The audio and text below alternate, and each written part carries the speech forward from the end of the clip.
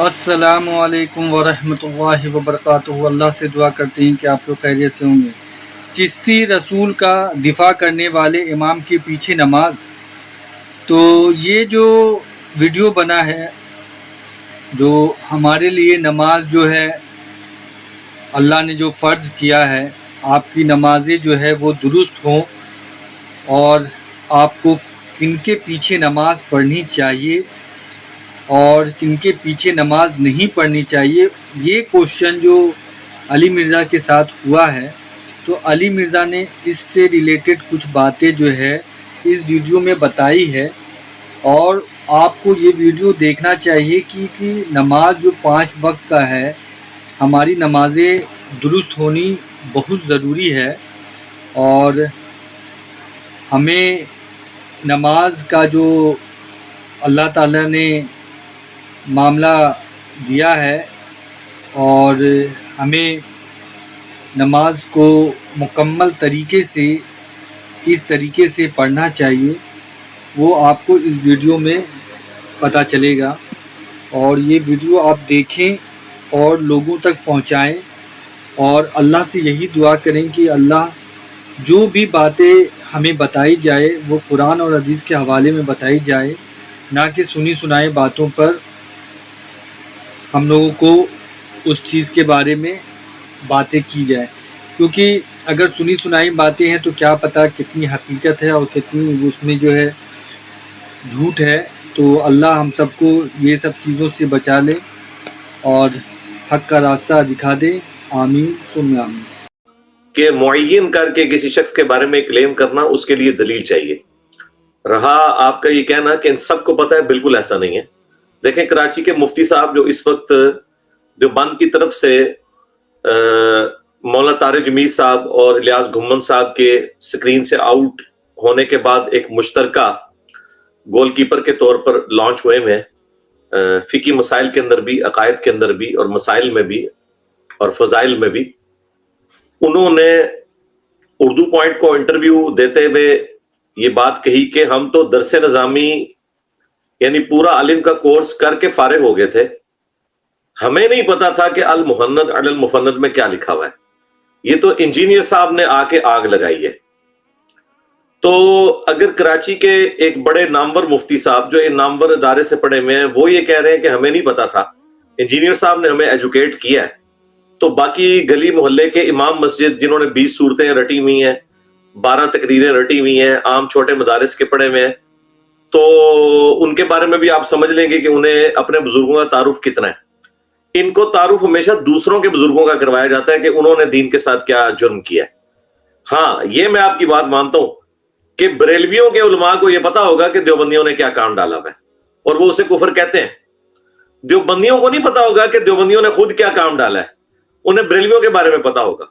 ان کو ایک دوسرے کے بارے میں پتا ہوتا ہے، اپنے بارے میں بالکل نہیں پتا ہوتا، اور جو ایک دوسرے کے بارے میں پتا ہوتا ہے نا اسے وہ کفر ہی سمجھتے ہیں۔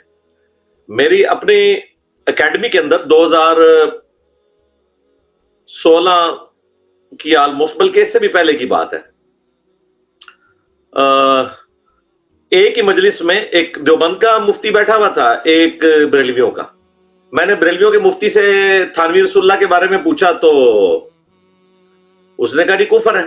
میں نے کہا چشتی رسول اللہ کہتے ہیں جی میرے علم میں تو ایسی کوئی بات نہیں ہے۔ میں نے کہا اگر نکل آئی تو، کہتا نہیں پھر بھی میں پوچھ کے بتاؤں گا، آئے میں شائی کرنی شروع کر دی۔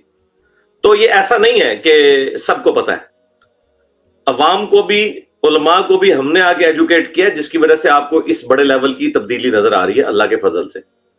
اور اب دیکھیں مفتی منیب الرحمان صاحب نے باقاعدہ فتویٰ دے دیا ہے کہ چشتی رسول اللہ کفر ہے۔ اس وقت پاکستان میں مفتی اعظم بریلویوں کے مفتی منیب الرحمان صاحب ہیں، انہوں نے ہمارے اسٹوڈنٹس کے اس ہنگامہ برپا کرنے کی برکت سے ڈیجیٹل میڈیا کے اوپر، کیونکہ اکیلے تو میری آواز کچھ نہیں تھی، ہمارے تو اسٹوڈنٹس نے ہمیں مضبوط کیا ہے دعوت و تبلیغ کے حوالے سے، انہیں فتویٰ دینا پڑا۔ اس فتوے کے اوپر میں نے پوری ویڈیو ریکارڈ کروائی تھی۔ تو اس فتوے کے بعد اب کوئی گنجائش نہیں ہے کہ کوئی بریلوی عالم یہ جرأت کرے کہ مفتی منیب صاحب نے فتویٰ غلط دیا ہے۔ پھر ایک ایک کر کے کئی بریلوی علماء سامنے آئے جنہوں نے کہا یہ چشتی رسول اللہ کفر ہے۔ ایون خود مفتی حنیف قریشی صاحب جنہوں نے 2009 کے مناظرے میں دفاع کیا ہوا تھا، انہوں نے بھی کہا کہ کتابیں بدل گئی ہیں یہ تو کفر ہے۔ اسی طریقے سے لاہور کے ایک چھوٹے مفتی صاحب جو اس مناظرے میں بیٹھ کے پیچھے سبحان اللہ پڑھ رہے تھے، انہوں نے بھی ویڈیو میں آگے کہا یہ کتابیں بدل چکی ہیں، یہ تو کلمات کفر ہیں۔ تو اللہ کا شکر ہے کہ ہمارے اس پلیٹ فارم کی دعوت کی برکت سے یہ سب کے سب لوگ توبہ کرتے جا رہے ہیں۔ آج بھی اگر کوئی اکا دکا کو بریلوی مولوی ایسا بچ گیا جو کہتا ہے میں توبہ نہیں کرتا، میں چشتی رسول اللہ کا دفاع کرتا ہوں، تو بالکل اس کے پیچھے نماز نہیں ہوگی، لیکن آپ نے پہلے وہ بندہ پروڈیوس کرنا ہے، وہ کون سا ہے۔ تو انشاءاللہ تعالیٰ میں بائی نیم مینشن کروں گا کہ یہ اس کے ویڈیو پروف ہے اور وہ اس چیز کو جائز سمجھ رہا ہے اور اس کا جھوٹا دفاع کر رہا ہے، تو ہم انشاءاللہ اس کے اوپر فتویٰ دیں گے کہ اس کے پیچھے نماز نہیں ہوتی ہے۔ اب الحمدللہ دنیا کے حالات بدل گئے ہیں اللہ کے فضل سے۔ جی سیکنڈ سوال کر لیں۔ جی اس کے اندر تھوڑا سا میں اور مزید کچھ پوچھنا چاہوں گا۔ اگر آپ مزید پوچھیں گے وہ آپ کا دوسرا سوال شمار ہوگا،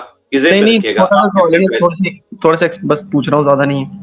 نہیں تھوڑا سا بھی پوچھیں گے نا وہ دوسرا سوال شمار ہوگا، کیونکہ یہ آپ نے کوئی ایسی بات نہیں پوچھی جو میں نے ریکارڈ نہیں کروائی ہوئی، اور ابھی بھی میں نے اتنی تفصیل سے جواب دے دیا کہ اس میں کوئی کیڑا نکالنے کی کوئی گنجائش باقی نہیں ہے۔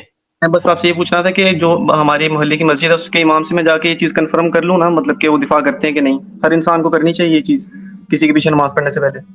جی جی بالکل کریں، اور ساتھ ان کو پہلے مفتی منیب صاحب کا فتویٰ دکھائیں، ان کو پہلے پھر اس طریقے سے کریں جس طرح ہم بتا رہے ہیں۔ مفتی منیب صاحب کا فتویٰ ہمارے ویڈیو سے ڈاؤن لوڈ کر کے جو ویڈیو کے اندر میں نے ڈسپلے کرایا وہ ان کو دکھائیں کہ یہ مفتی صاحب کا فتویٰ ہے، اس کے بارے میں آپ کا کیا خیال ہے؟ تو وہ بریلوی ہیں؟ نہیں وہ دیوبند ہے۔ دیوبند ہے جی ہاں، تو دیوبندی ہیں اگر تو ان سے بھی مفتی منیب صاحب کا پہلے فتویٰ ڈسکس کریں۔ ظاہر ہے اس وقت تو یہ بھائی بھائی ہیں نا، اور ان سے پوچھیں کہ اس کے بارے میں آپ کا کیا موقف ہے چشتی رسول اللہ کے اوپر، تو انشاءاللہ تعالیٰ وہ کفر ہی کہیں گے انشاءاللہ۔